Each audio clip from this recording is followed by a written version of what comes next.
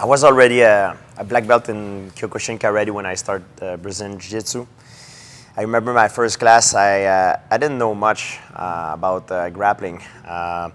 So I did the old class. I've learned new techniques. And when it was time to roll, I remember my first teacher was Wagner Fabiano.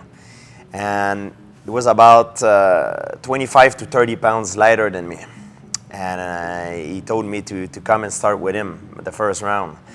And in my mind, I was like, oh, he's like, I'm 30 pounds heavier than him. So I was like, I couldn't see any way that he could beat me because I was a strong athletic man.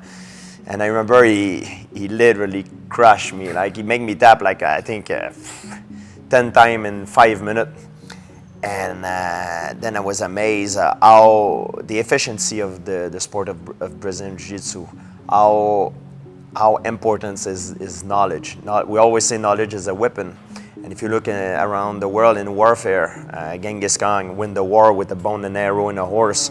The atomic bomb, the Second World War, the American beat the Japanese. So the person that has the more knowledge in the art of war is always a winner. And Jiu-Jitsu, that's what it is. You know, Royce Gracie won the first Ultimate Fighter because of Jiu-Jitsu. And when I got beat and I had my first Brazilian Jiu-Jitsu lesson, I realized how important is knowledge, and that's what Brazilian Jiu-Jitsu gives you. Well, you can use it to kill someone, literally.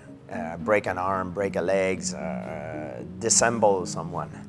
But you can also use it to control someone. Jiu-Jitsu literally mean, in Japanese, if you translate, it's mean the art of softness. And I understand why, because it's a sport of control. You can use it for controlling someone. For example, if you work in a security or a doorman, or someone is making trouble in your establishment and you need to take him out and control him without giving him any injuries, you can use Jiu-Jitsu for that purpose. On the other hand, if you really have to hurt someone, make him out of order, you can use Jiu-Jitsu as well. So it's a martial art that it's not necessarily like, for example, another martial art that is a striking martial art that you can only hurt someone. It's a sport that it's a martial art that you can use to control someone. In Jiu-Jitsu, you learn how to control someone. It's a lot more efficient. And when you control someone, I think from the aggressor point of view, it's much more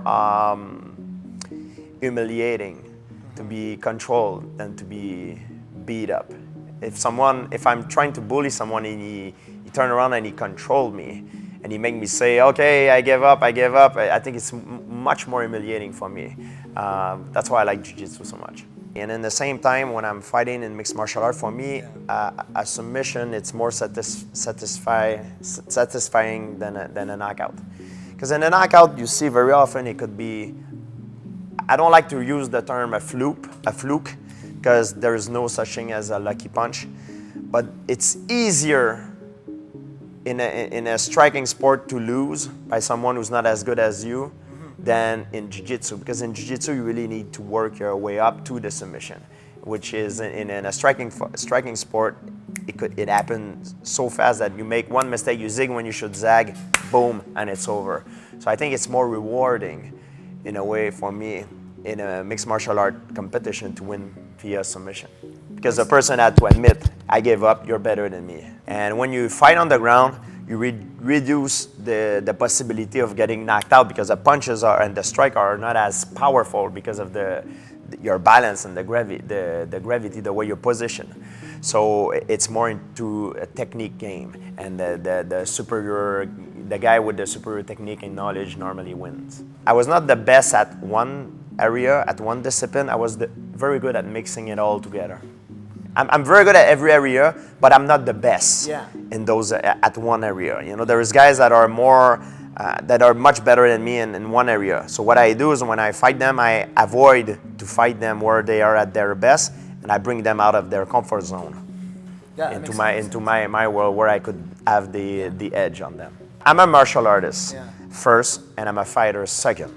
And I second, even third, you know. I like the martial art spirit, the martial art aspect of the Brazilian Jiu-Jitsu. And for me, it's more important than being good and win a belt. I think it's the knowledge that I can get to defend myself, defend someone that I love, my safety, it's more important.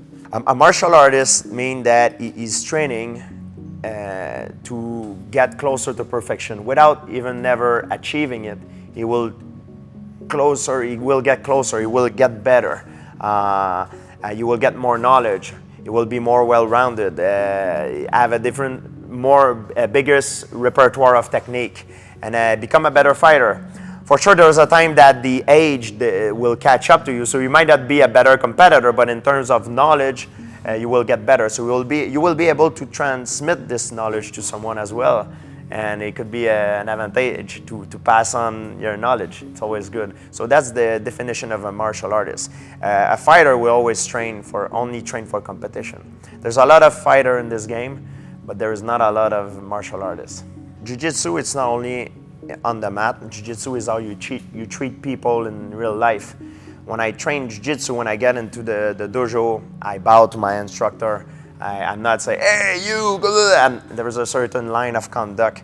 When I train with my training partner, if he's much smaller than me, I'm not gonna try to overpower him and hurt him, to take advantage of him and bullying, because I'm not gonna learn anything. And I would not like someone bigger to do that to me as well. So there's a certain line of conduct. So the line of conduct that you learn into Jiu-Jitsu, for me, it's important that I apply that in my everyday life. So that's the difference of a martial artist. A martial artist will apply those principles into their life. A fighter will he don't care. He just get there to become a better fighter, and he has no line of conduct. At first, I started to defend myself and canalize my negative energy. Then I became very good at it. And when I became good at it, I started to compete. And as I start to compete, I start to learn different martial art, and I saw Royce Gracie, win the first UFC, and then right away I got very inspired by him, and I knew right away that's what I wanted to do. Of course, when I said it, everybody laughed at me. So I started doing it to defend myself, to canalize my negative energy. Then after that, I started doing it to compete. Then competition, I realized at one point I was very good. I had title shots, so I realized that now it's not only competition, I will actually can make a living out of it. And the sport become more popular, so now I do it for a living. And do it for a living, it's sometimes stressful, when you have stress, and now that every opponent get better, and the pressure is higher every fight, and it's get bigger and bigger. And I never really liked to fight in the first place. Things went one after the other, and I kind of I had a choice to get out of it, but I kind of liked the process of it, and it got so fast that I started doing it to defend myself, and then boom, a few years after, I do it for business, for living. And I never really liked to fight, because I first started to avoid fighting, and I ended up doing it for a living. But I guess the best way to explain it is I hate to fight, but I love my life. I hate to fight, but life is beautiful for me. It allowed me to have a freedom that almost nobody can get. I don't know nobody that loves his jobs 100%. Everybody that have a jobs that love, maybe they love their jobs 90% of their job, maybe 95% of their job. Normally, there's 365 days in a year. I used to fight maybe twice a year. So if you put that in percentage, it's a very small percentage. So I could say that a big percentage of my job, I love it. I love to train. I love the mind game of how I'm going to beat someone, how to solve a problem. But the actual competition and the trash talking of it, I really don't like it. But it's part of it, and I roll with it. I don't think it's me who's fighting in a cage. I think right now you're talking to St-Pierre. Yeah. When I fight in a cage, I'm GSP. Yeah. GSP is not the same person as St-Pierre. GSP is like the Clark Kent and Superman. Like GSP I'm putting a mask. Even though I'm scared and terrified inside, when I'm going to fight, I have to put my poker face and go all in. I have no choice. In order to maintain my lifestyle, I have no choice. So I do it. It's part of my job, and I became very good at it, very successful at it. And I've learned it in the schoolyard with the bully. What I've learned is how I get rid of bully is by putting a mask on me. That's what martial art taught me. I was getting picked on when I was young because I was a kid that lacked a lot of confidence. I was like looking down, shrugging my shoulder, and I looked like a very easy target to the bully. If you look at nature, the lion, the predator will always prey on the easiest prey. You know, the oldest, the one that are sick or weak or injured. And I was the same thing. I was a very easy prey. And what martial art gave me is the confidence. You know, I knew how to defend myself, and also it created more confidence in me. And I knew I needed to put a mask, because when you play poker or you're going to fight, you can't show your weakness, and that's what I've learned. So by changing myself from the inside out, I changed my environment as well. And I do the same thing when I'm walking to fight every single time. I act like it's impossible for me to fail, and I am excited to go in there and to find out how I'm gonna win. But in reality, deep down inside, oh my God, what the hell I'm doing here? But there's a psychological transformation that occurs when you work. We say in English, you fake it until you make it. Yeah. So I put on a mask. The day of the fight, I put on a mask. Even my trainer, sometimes I wake up with terrible headache. When I fought Nick Diaz, I had a terrible headache. I didn't rehydrate very well. I had a health issue, and my trainer said, "How do you feel?" I said, "I feel great." You know what I mean? I'm putting a mask. I lie to them, and I even lie to myself. And James Lange theory says that you can, from your physique, the way you act, you behave, you can change your psychologic, and that's what I use every single time I fight. Of course, if you don't put the work, you won't be able to do it. It's the same thing if you have an exam at school and you try to look confident, but you have not studied. It's hard to do it. You need to put on the work. And I know every time I don't cheat, I don't cut corner, I put the work into it. But even though I put the work into it, I'm still nervous. But I know I've prepared the best I could have prepared. So it's the same thing when you have an exam and you study the best you could study. You'll be nervous, but you can put a mask and know that you're going there confident because you know you put the work into it. And that's the same thing. So when I'm going into a fight, I know I put the work into it, so I can put a mask. I win big or I lose big, but I go all in. I don't go halfway.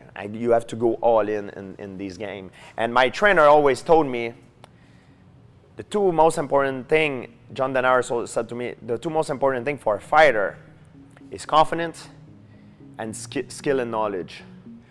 Skill and knowledge, it's one, and confidence, it's two.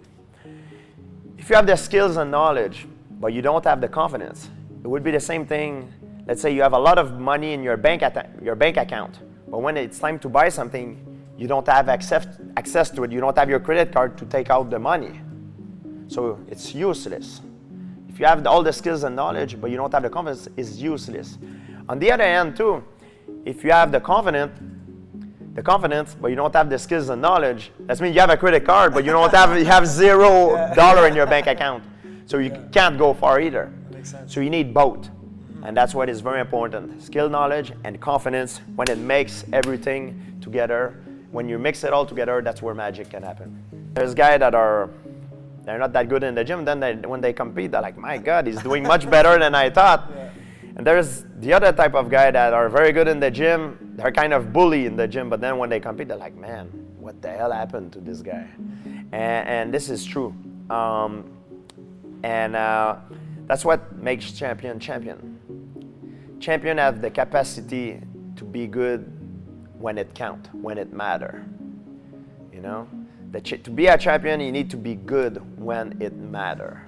At that time, at that location, under those conditions. That's what it is to be a champion. Some guy, they just can't turn it on, and that's what makes the difference. Very often it's because of psychological problem. You know, they got crushed by the pressure. You know, they felt overwhelmed. The fear, it's normal to be afraid. Kasamoto used to say to Mike Tyson, I remember, and I use that in my psychological training. He said, fire, it can help you cook your food, you know. It could be your friend, it could be a good thing, but it can also burn you.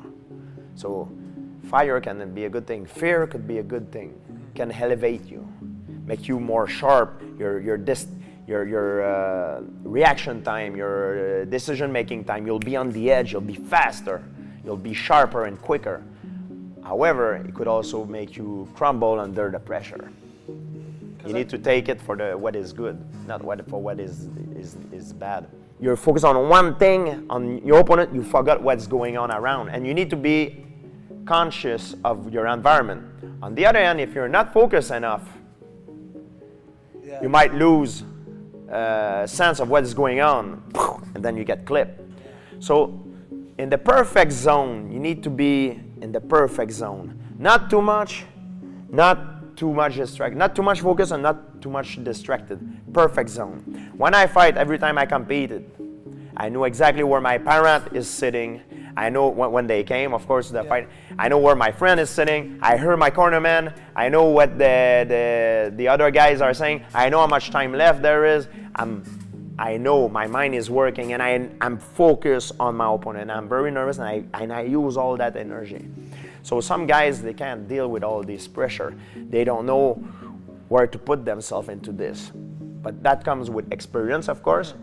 But also that, it comes with, I think it's like a training. You need to do a lot of imagery. It's very important. Visualization. And it happens every time. Sometimes you drive, sometimes you're walking somewhere, sometimes you're eating, before you go to bed, when you take a shower, when you brush your teeth. It can happen every time. You have imagery. And the closer the fight is, the more imagery you get. And sometimes some of the imagery you get, sometimes you win, sometimes you lose as well.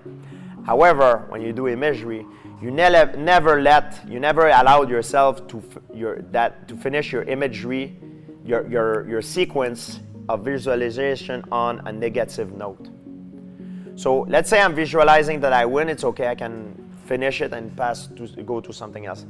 However, if I'm brushing my teeth and I don't know, someone is calling me and I'm visualizing that I'm getting beat up, I can't answer the phone until I'm forcing myself to visualize how I'm gonna turn around the situation and get back to the upper end into the fight. And then when I get the upper end, now I can answer the phone. I know it sounds crazy, but you need to be crazy to be champion, all these things, I never allowed myself to finish my imagery, even when I had a thought behind my head of the sequence of a fight or what might can occur, to finish in a negative way.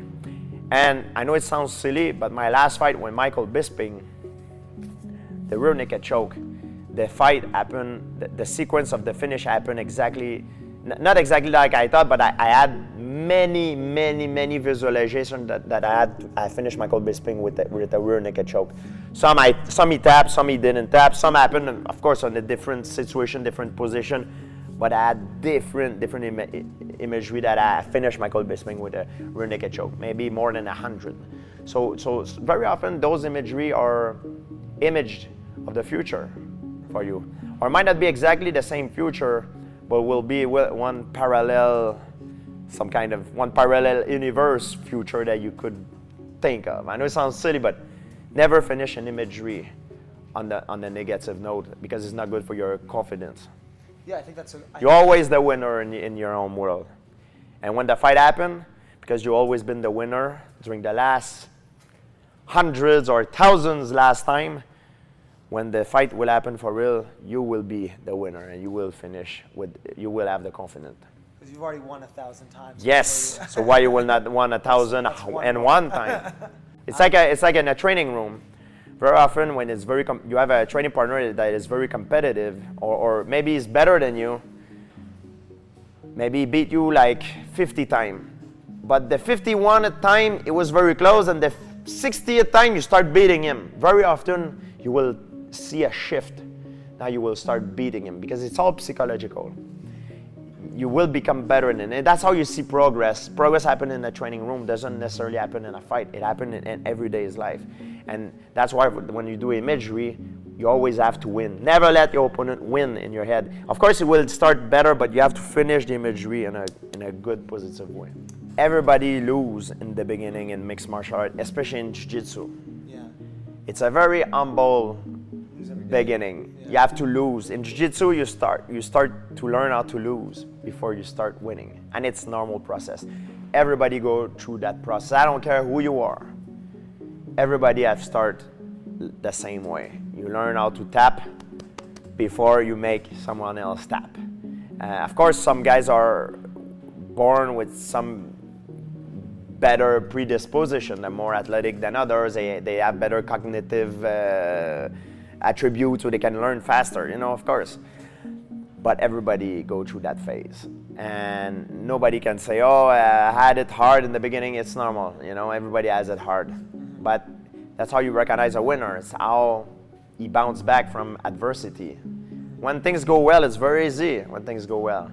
You can't start Jiu-Jitsu and being fantastic in the beginning. It's impossible. It doesn't go like that. You have to go through the lesson of tapping. I'm like, man, I got beat up by a guy who's like 30 pounds lighter than me. What the hell? It gives you a hit on your ego.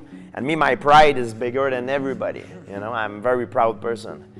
And but you have to let your pride outside of the dojo, outside of the room. Whether you train for a fight, whether you're going to apply for a job, whether you ask a girl on a date, or you need to know what is your objective. You need to focus on the objective. The objective is the things you need to do to win. For example, everybody, you shouldn't make your homework. Like my objective thing when I fought Michael Bisping was a lot of movement, never stay in front of him, all the way in or all the way out. If I put him down, make the most damage and be very opportunist, because I know he's gonna turn it, when he tries to stand up, he's gonna turn his back. And I can be opportunistic. And don't lose my energy, try to hold him down. If I lose him, let's stand back up and start back again. But never stand in front of him because he's a bigger man. That was my main thing. Quick in and out movement, angle, all the way in, all the way out, opportunistic, he's gonna give his back. So that was my key point. That was my objective thing. These are the things that I can control, that was my homework. I need to be done at all costs. The thing that I don't want to focus on are the subjective thing. Yeah. How do I feel? What is the people gonna say about me? What is he gonna do to me? Am I sick or not? Am I having a headache? Am I nervous or not? What is it raining? Or all these things that go through your head, you don't care about that. This is subjective. You don't exist as an entity. The only thing that exists is your objective thing. Movement, a lot of movement, never stay in front of him. All the way in, all the way out. When you put him down, he's gonna turn his back. Be opportunist, go for the finish, go for the kill right away. He's gonna turn his back.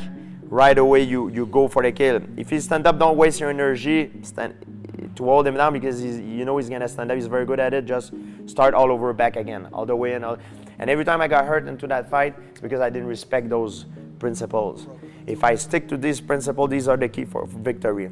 How I feel, what people say, is the referees on my side or not, these I don't care. I don't control that, and it's not going to help me, whether yes or not. The only thing going to help me is the objective. So I focus only on the objective, not the subjective. And you don't even exist. The only thing that matters is the objective thing.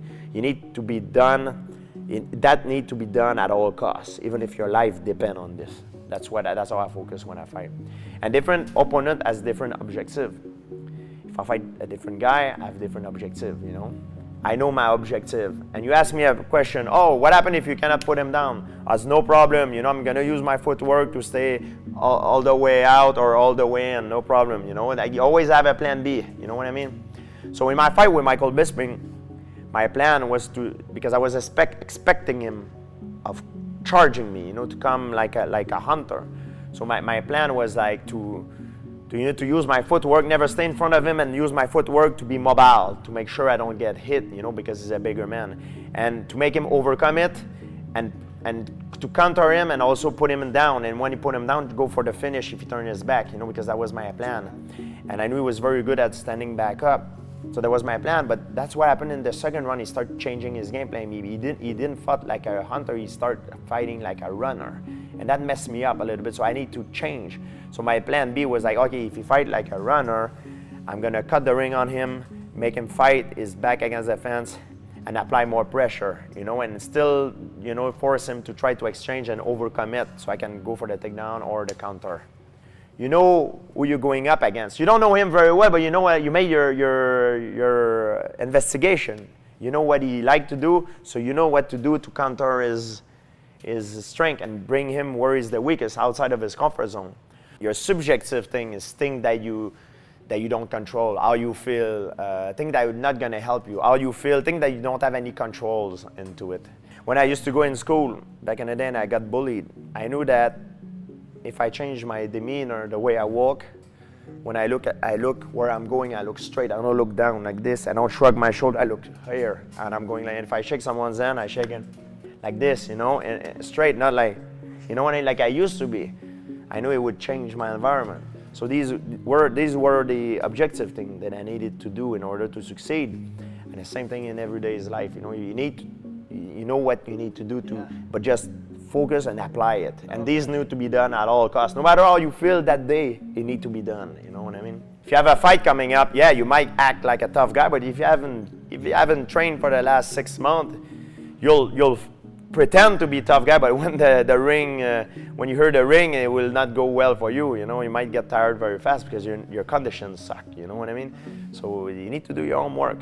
If your homework is done, now we can talk. I'm an athlete. I'm a good athlete, but I'm a nerd. And people don't know I'm a nerd. I'm a nerd that is very athletic. You know. Yeah.